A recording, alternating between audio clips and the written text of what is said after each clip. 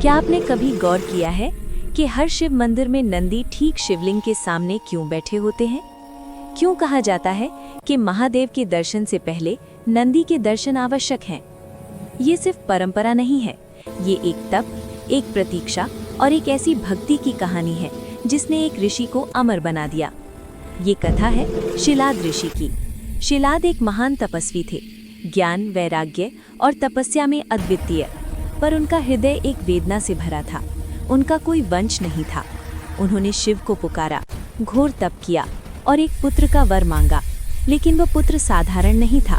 वे चाहती थी एक अयोनिज पुत्र जो जन्म और मृत्यु के बंधन से परे हो, जिस पर स्वयं महादेव की कृपा हो। तपस्या सफल हुई। एक दिन जब शिलाद यज्ञ के लिए भूमि जोत रहे थे, धरती फटी और उसमें से प्रकट हुआ एक बालक। उसका तेज 1000 सूर्यों के समान था। वही बालक था नंदी। समय बीतता गया। नंदी ज्ञान, संयम और शिव भक्ति में बढ़ने लगे, लेकिन तभी कथा ने लिया एक भयावह मोड़। एक दिन ऋषि मित्र और वरुण आश्रम आए। नंदी को देखकर उन्होंने भविष्यवाणी की, ये बालक अल्पायु है, इसकी मृत्यु निकट है। शिलाद टूट गए, लेकिन नंदी हंसे। उन्होंने कहा, जिसने मुझे जीवन दिया है, मेरी रक्षा भी वही करेगा। और उसी क्षण बालक नंदी तपस्या में लीन हो गए। न अन्न न जल, एक पैर पर खड़े होकर सिर्फ एक नाम, शिव शिव शिव। उनकी तपस्या से तीनों लोग कांप उठे। देवता भयभीत हो गए और अंततः महादेव प्रकट हुए, त्रिशूल थामे, करुणा से भरे। शिव ने कहा, वत्स, वर मांगो। नंदी ने अमृतत्व नहीं मांगा, सिद्धि नहीं मांगी। उन्होंने कहा, प्रभु, मुझे बस आपके साथ रहना है, एक पल भी आपसे दूर नहीं।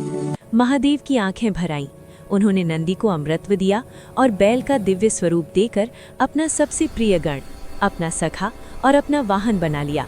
और फिर दिया वो वरदान जिसने इतिहास रच दिया, आज से मेरे दर्शन से पहले संसार तुम्हारे दर्शन करेगा।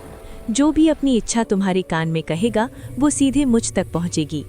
इसीलिए नंदी सिर्फ वाहन नहीं है, वे हैं प्रतीक्षा, धैर्य और निस्वार्थ भक्ति का प्रतीक। अगर आप भी इस परम भक्त को नमन करते हैं तो कमेंट्स में अवश्य लिखें, ओम नंदीश्वराय नमः।